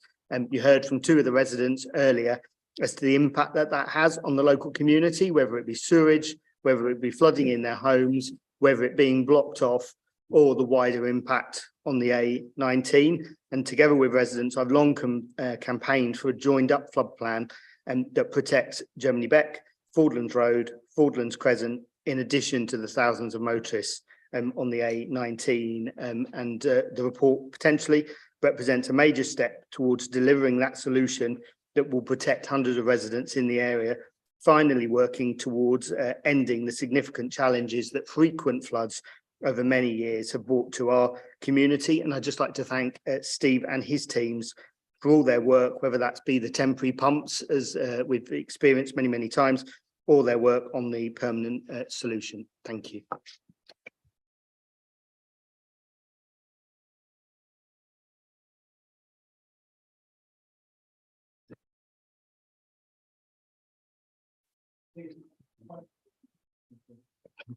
Like to welcome James Gilchrist and Steve Ragg, our floods manager, to speak to this item. Do you want to just outline Yeah. in detail? Yes, thank you, Chair. I'll hand over to Steve in just a second, just to introduce this item. As you've heard from public speakers, this is one of a number of flood schemes that we are working on at the moment. To progress this one, we require some specific decisions to move it to the next stage. So Steve will take you through what those decisions are. Thank you, James. Thank you, Chair. Yeah, the Germany Beck flood scheme, as I think most, if not all, members around the table will be aware, there's a long-standing issue down in this area of Fulford. We've got the A19, which has flooded on many occasions since the biggest flood back in November 2000 and even before then. But then also, as you heard from the callers that dialed in, Fordlands Road, which is the only access into the Fordlands community, and just shy of 340 properties are isolated during a significant flood event. And in the past, City of York Council have responded there in various effective ways, but all of which have entitled and required significant resources. So in the past, we've brought in 4x4 transports or utilised council vehicles.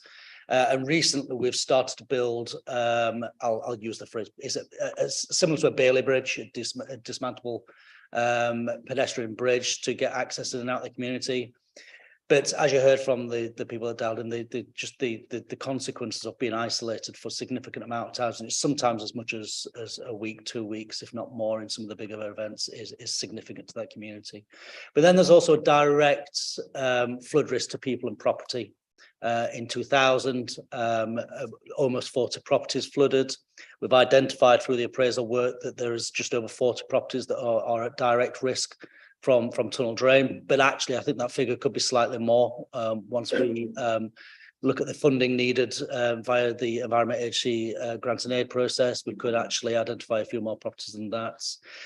This is a holistic scheme to try to address all three of those issues. We'll add to the resilience of some of the works that were carried out to the A19 as part of the planning gain that was put in for the Germany Beck developments. It will keep levels below the bridge level on Fordlands Road, hence keeping that access free in times of flood. And it will make those properties more flood resilient and vastly reduce the risk of flooding of those properties within the Fordlands community. So this paper is just updating executive on the work carried out to date on the appraisal work and the preferred option, and that we've actually developed this to a situation where we're looking to now put it in front of planning committee. We're ready to do so. So the big recommendation here is really to request that executive approve that that's put in front of planning. And then also just to outline the work that would be carried out after that, and that we would enter the phase where we would do the final design for the construction phase design and look to procure a construction partner to take it forward. Happy to take any questions. Thank you. Is anyone? Councillor Widdowson. Thank you.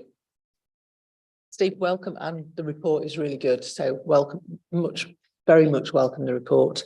So as you've already said, we've already heard today about the direct impact of the frequent floods in Fulford.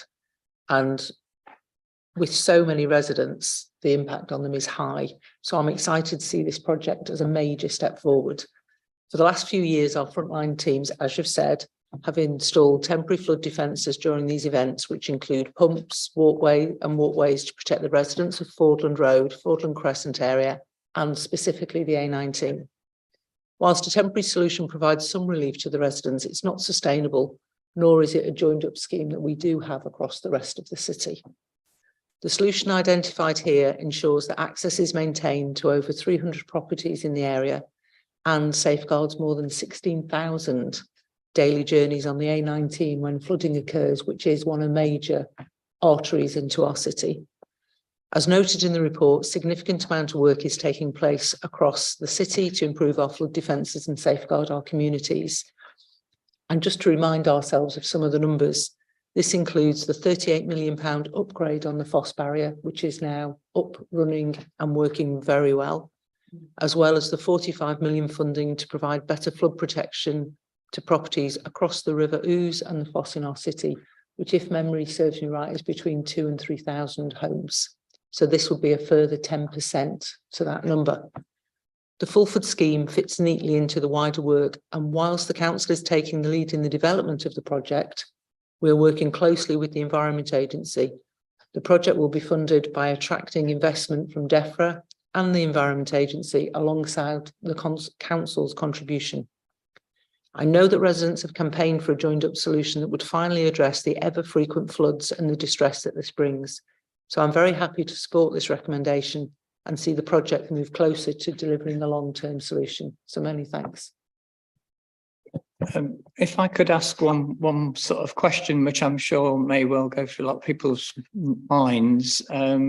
Reference was made to the A19, and I'm aware that obviously as part of the Germany Beck development, there were significant works to mitigate the flooding of that road, but it's been identified that this is that a failing of the Germany Beck scheme, or is it something which was already known about at the time but we acknowledged? And obviously that links to the issue about access to Fordlands Road, because I'm sure residents at the time of Germany Beck was built were expecting or very much hoping that that would be a thing of the past once the access road was built. So I don't know if you're able to comment on that a little bit. Yeah, the planning gain that was linked to the Germany Beck development was entirely about trying to increase the resilience of the A19. The identification of the new spine road into the Germany Beck site required that it was raised up, and there was flood compensation and things as part of the road that went in. And it was identified that actually their works did not in any way increase or impact on the frequency or extent of flooding of Fordlands Road, the access road into the community, or onto the direct impacts on residents that are flooded from tunnel drain before. So the works were purely isolated on improvements to the A19. The planning gain that was identified was less than £150,000 in a fiscal amounts, and that goes way back before I joined this authority. And people around this table might know. I know some people have been around longer than that. And really, the cards that we were dealt with to try to increase the resilience of the A19 to flooding were difficult. What we did actually get was the Germany Beck developers and their construction partners worked with us. So as they put in place the walls and the works that required as highway reinstatement, they did work with our flood risk engineers to actually put in place an effective scheme that's more resistant to flooding, but it wasn't the full picture. There's still drainage coming in that could cause the road to be flooded. So that's why we still deploy pumps there. You'll have seen it perhaps in the last 2-3 Februaries since the works were done. So it wasn't the full picture. It has helped. It's allowed us to keep the road drier for much longer. But what this solution does is it adds in those two other risks: the risk to Fordlands community in terms of isolation, the risk to parts of the Fordlands community in terms of direct flood risk. And it adds to the resilience of the A19 works. And going forward, if this scheme is taken through planning and put into place, there will be one holistic solution which will allow us to attend the site, turn on the pumps, maintain those lower water levels, keep the A19 dry during significant floods, Fordlands Road dry during significant floods, and give direct flood protection in those communities. And not the myriad of different operations that we currently carry out to try to address that reactively in those events. It's a much more sustainable solution into the future, especially as we factor in climate change and the likelihood of these operations being required even more so than we're seeing now.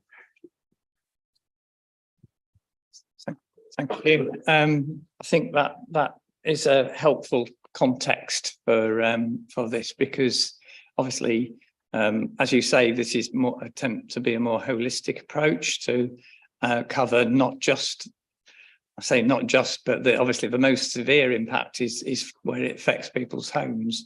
But this will also help with the main road access and the access to and from people, those 300 properties. So I think it's a really important project from that perspective. Just also to comment, as Councillor Widdowson referred to, this is setting the picture of much wider investment from the Environment Agency across several wards, which we have most recently seen the completion of the Clementhorpe flood defences, and the floodgate is now in place there to protect properties in that area. And I am aware that there is also work which is going on with to have a obviously much smaller scale, but a similar protection for access to Millennium Bridge, which is a concern from a perspective of residents in the wider area when we have the highest levels of flood. So welcome that work going ahead. So we're asked to approve the recommendations on page 228 in paragraph 9. Can I see all those in favour of those recommendations? Yeah. Okay. I see a general consensus in support of this item, so that is approved. And can someone call Chair back into the room? Councillor Aston back.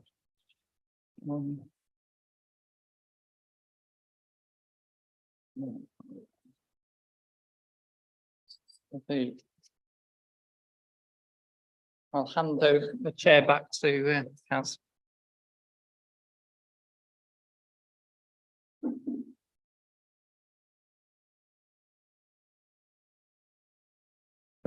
Thank you very much, Councillor de Gorn. So we now move on to agenda item 10, which is the bus network review, and I'll hand over to James to introduce this.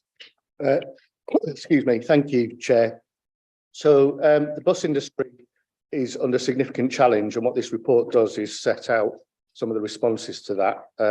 So I'll present some of that challenge. I'll try and address some of the comments that were made by public speakers in doing that, and then talk about why we've got the recommendations we have.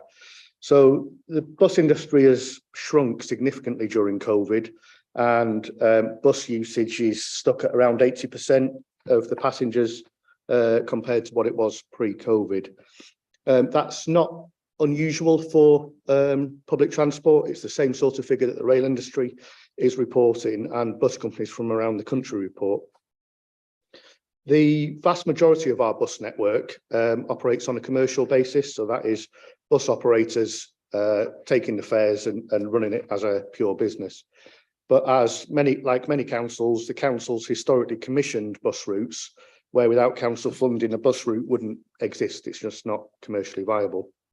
The challenge alongside number of passengers, but also the rising cost, whether that's diesel or whether it's electric, the cost of running vehicles has risen, and there's also a national driver shortage. Just to touch on the concessionary fares point that one of the speakers spoke about, separate to what's laid out in this report, we do pay operators for any concessionary fares they carry. So that happens whether it's a commercial service or whether it's a subsidised service. Any concessionary fare is subsidised by the council, and that costs the council around about £3 million each year. The legislation lays out that the bus operators can't be any better off or any worse off, and there's quite a complicated sets of formulas around that. Through COVID, the government have obviously supported bus companies with payments direct, and that has helped significantly in terms of this downturn and the challenges they face. But even with that funding, several commercial services have been withdrawn. So bus operators have said we can no longer afford to run this service. And that would have left Rougheth, Longmarston, Topwith without any bus service, and parts of Copmanthorpe even, Heworth and Haxby without a Saturday bus service. So as you heard from one of the speakers earlier, we intend to use the BSIP funding. In July, you approved the BSIP programme. There was a table in that report which did set out round about £1 million of funding specifically to support bus services. So it won't be detracting from other elements in the bus service improvement plan. It is its own funding line in there. What the report does detail is that we've managed to safeguard those two services that were going to be withdrawn. Using that BSIP funding, we've entered short-term tenders, and we've now secured operators for those two services. And we worked with neighbouring authorities to solve some of those problems where those bus services cross boundaries. A similar tender process is currently underway for the number 12 service, which you've heard about today. I can't give you an answer on that, but that tender exercise is live as we speak.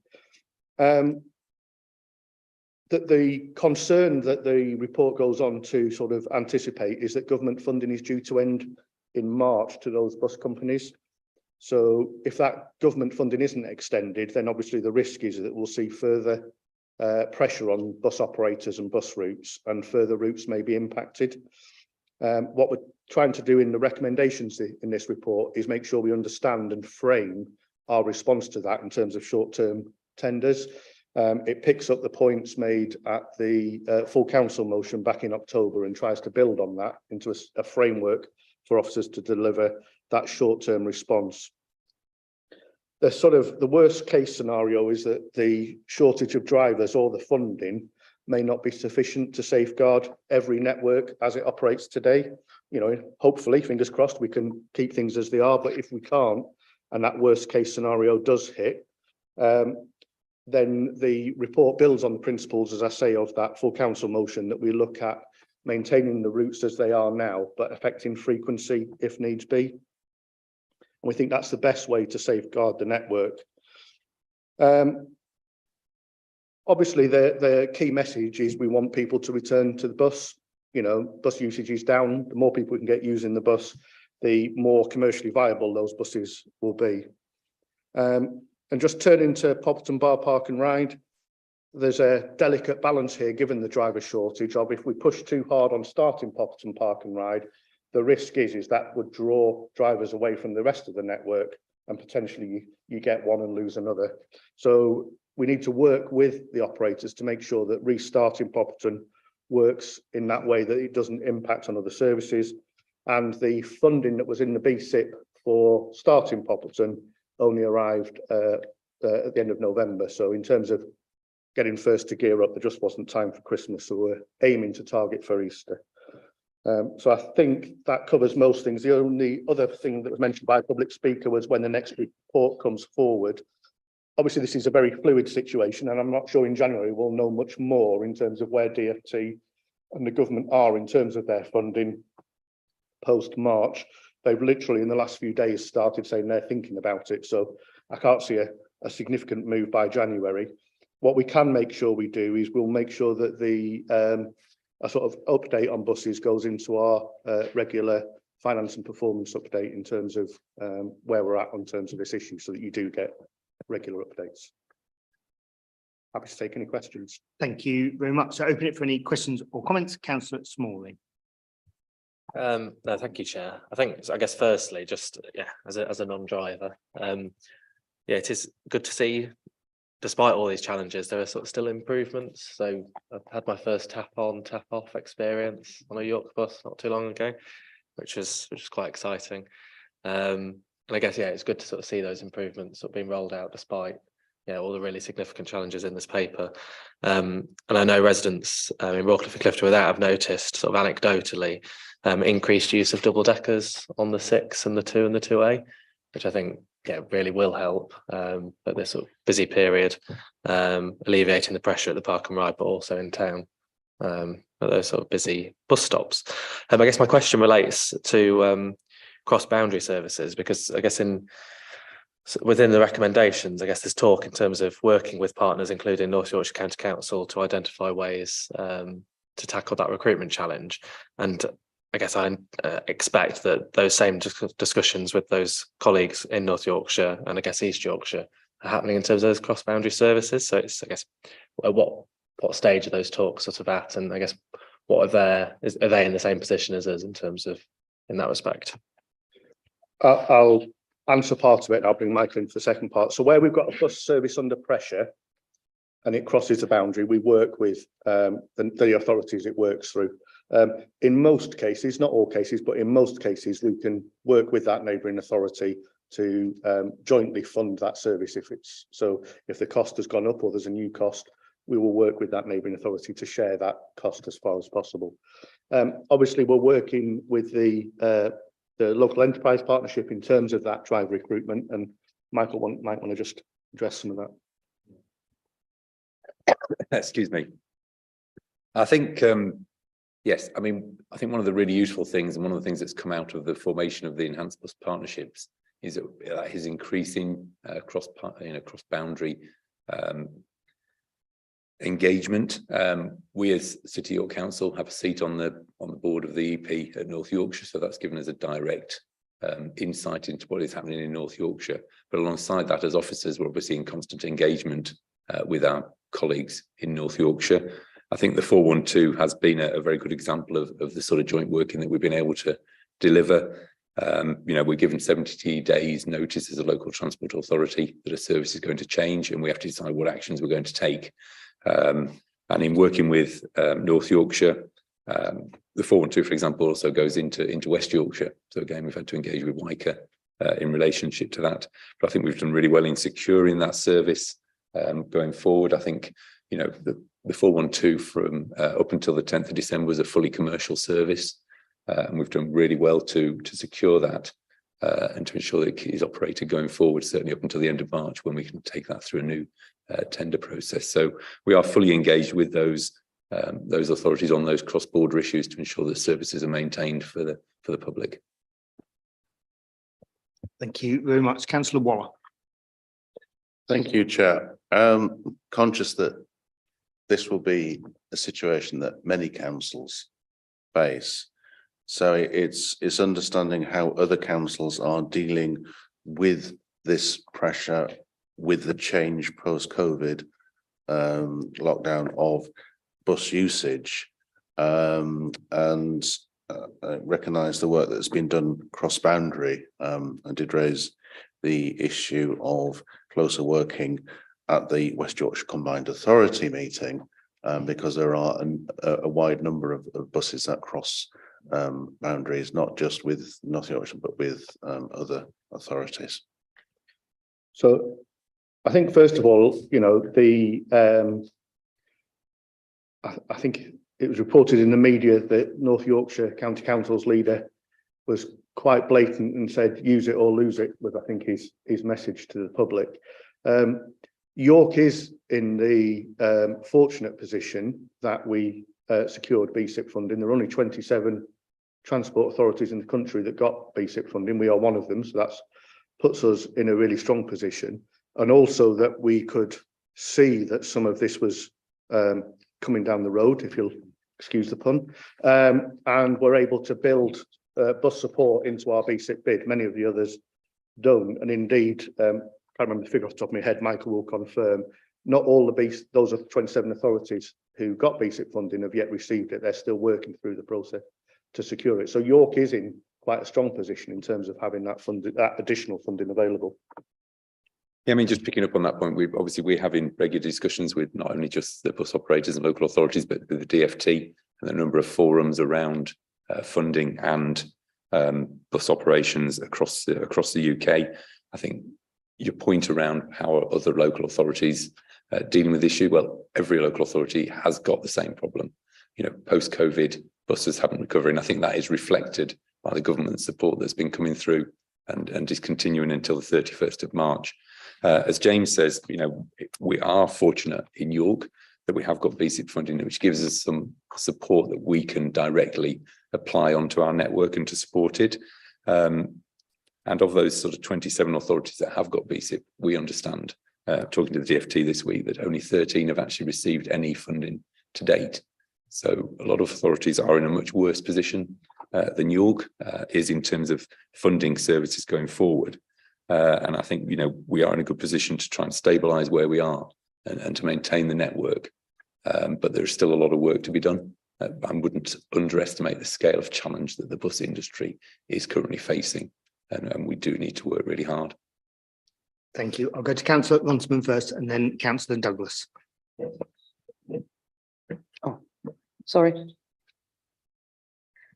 I've seen that local bus operators have intensified driver recruitment campaigns, and I wonder if you know if they've made any impact on driver shortage, which is particularly noticeable after the pandemic.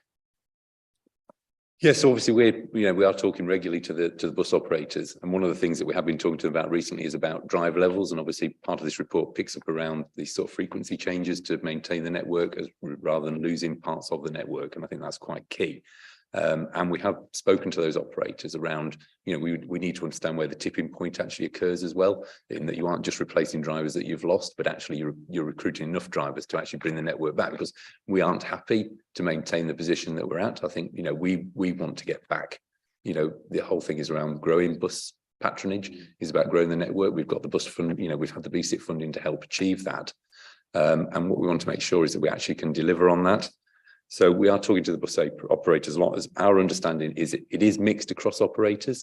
Some operators are, fully staffed, and we are those are the ones that we're hoping will pick up services that are being dropped by others, because they have got the capacity to do that.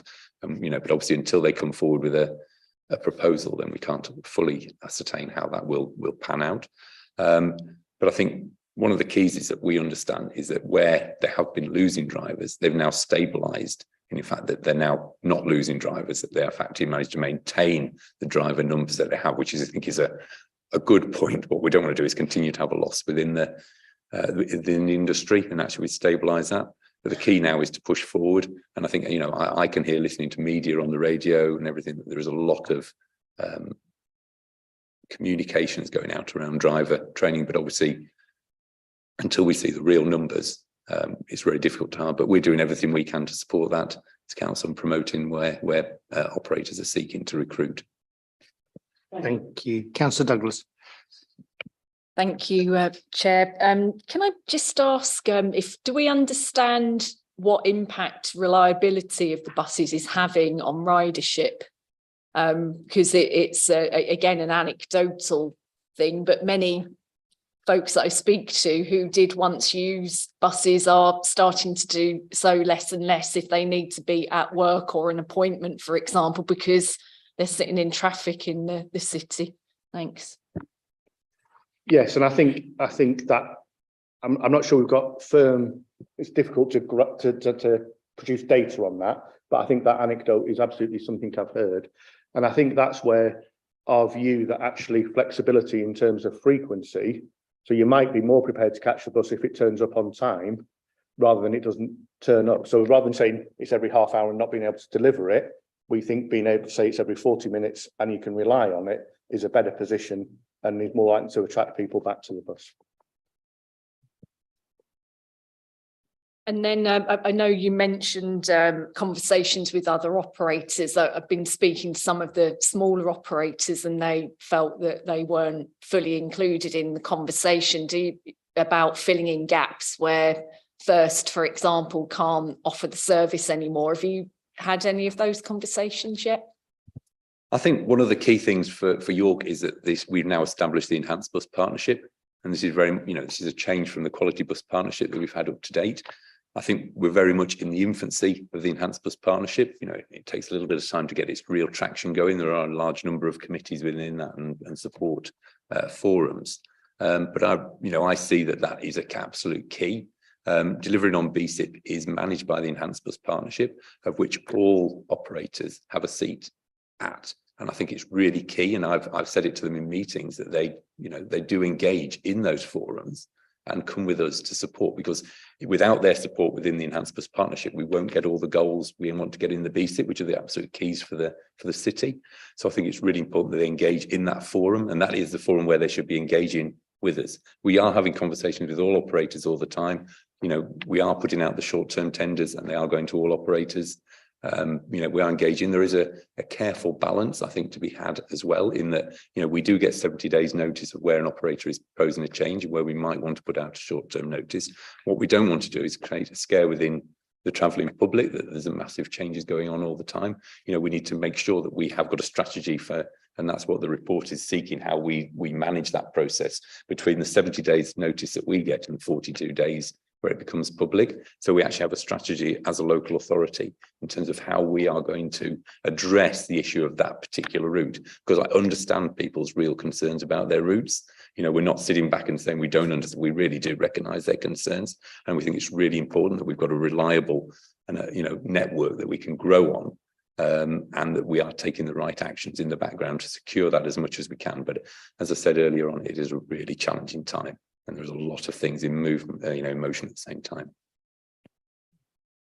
Thank you. Yeah, understood. I think we need to always talk about buses in a very broad sense and what they bring to the city, don't we?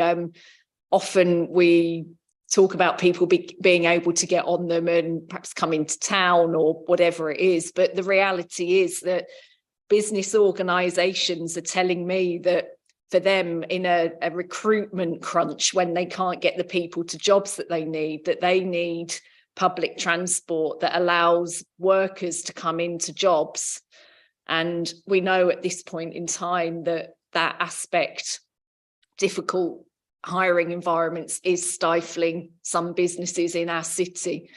So I think the economic impact of not having an effective public transport system is really important. The social and well-being aspect of it, getting to doctor's appointments, the hospital, there's a whole range of things. And I know the number 12 that comes through my ward in Heworth, actually I wanted to say to Councillor Fenton that it would be good for us to, as Heworth councillors, to work with him at the other end of the line in Dringhouses and Woodthorpe to actually get something done about this, because so many people rely upon it to get to their employment, and particularly people on low income. So I think this is hugely important and will have an impact on our city that perhaps we haven't quite fully appreciated. Yeah, thanks. All I was just going to say is I think that underlines the importance and the principle of maintaining the network as it is. Thank you very much. Councillor Widdowson, and then I'll go to Councillor de Gore. To be honest, I think you've answered some of the questions that was going to ask. Mine was a very simple question, and I was also equally delighted earlier this week where I found out I could tap on and off like I could in London. I think we need to make more of that because it gets people on and off the bus quicker. Question I had was, James, you mentioned cutting frequency to make sure that the system was more robust. It feels like that should work. There are some issues in the fact that, if it's every 40 minutes, how do you work out which 40 minutes it's going to be? So is there any evidence to support that? No, I think there is an element of truth in that it will be slightly harder. Obviously, the way we communicate and work with the bus companies to make that clearer at the bus stops. Part of the BTIP is real-time information at the bus stops. So that's one of the key bits we want to roll out so that we can address that point really quickly. But I appreciate that's only when you get to the bus stop. But I think people will learn and get used to it. As Michael said, though, this is hopefully an interim measure that we can build back from, but we're dealing with what we're dealing with, which is a shrinking industry at the moment. Thank you. Councillor de Gore. Yeah, I mean, I wanted to pick up on that specific point really as a question. I mean, one of the speakers referenced the benefits of a clock-face timetable, which is obviously a lot simpler to understand. And I know that, if we're tendering for services, we do have a bit more control over what we agree to, as opposed to the commercially operated ones. But certainly it has been put to me specifically that an hourly service that is going to be there because there's the drivers it's on a set time might actually even be more attractive, and a 45-minute hit and miss, you don't know where it's going to turn up or not. I don't know if we've sort of looked at that sort of specifically in terms of what we put into our tenders. I think it's something to keep under review. As I say, our starting point at the moment for our tendered services is as much as possible to keep them as they are. What we're saying is if the commercial operators want to flex on time, that's for them to do. We're not going to get overly involved in propping up commercial services just so they can maintain frequency. I think in terms of where we go, if we don't have enough money to keep everything going as it is, it comes back to the point I made. We're going to be in a situation where we're trying to do the best thing possible with the money we've got. And, you know, assessing those community impacts will be part of that assessment. And picking up your point, you know, yes, that might be what we do when we talk to ward councillors, is that might be the better solution to go hourly rather than 45 minutes. Yeah, and also just to follow up on Councillor Douglas's point about important for health and, you know, our strategies across the board, health, economic and so on, we need to make sure that services are available for people to get to appointments, to meet their time when they're expected to be at work. So, you know, early morning and evening, even though might be sort of seen as less important, if you can't get the bus to work in the morning, you're not going to be getting back home in the evening, and that impacts on the broader bus network as well. So I think those are important things for us to try and take account of. So I think probably quite a lot has already been said, but I would like to just say that the BSIP is a really important initiative, and that does give us the opportunity to address broader issues such as shelters, stops, the information, real-time information, bus priorities, ticketing, cheaper fares for young people, you know, all those types of aspects. But as we've made clear in this report, essential, if you like, firefighting that we are currently involved in, and we are fortunate having that BSIP funding available to underpin the current network during this period of instability, to allow time for those services to recover levels of patronage. And I would very much hope that we can work with operators, parish councils, ward councillors and so on, to identify any barriers that there might be, such as punctuality, to rejuvenating bus use, and making sure that we are in the best possible position to not only maintain the services that we've got, but as in our climate change commitments and economic needs, enhance the quality of bus services across the city.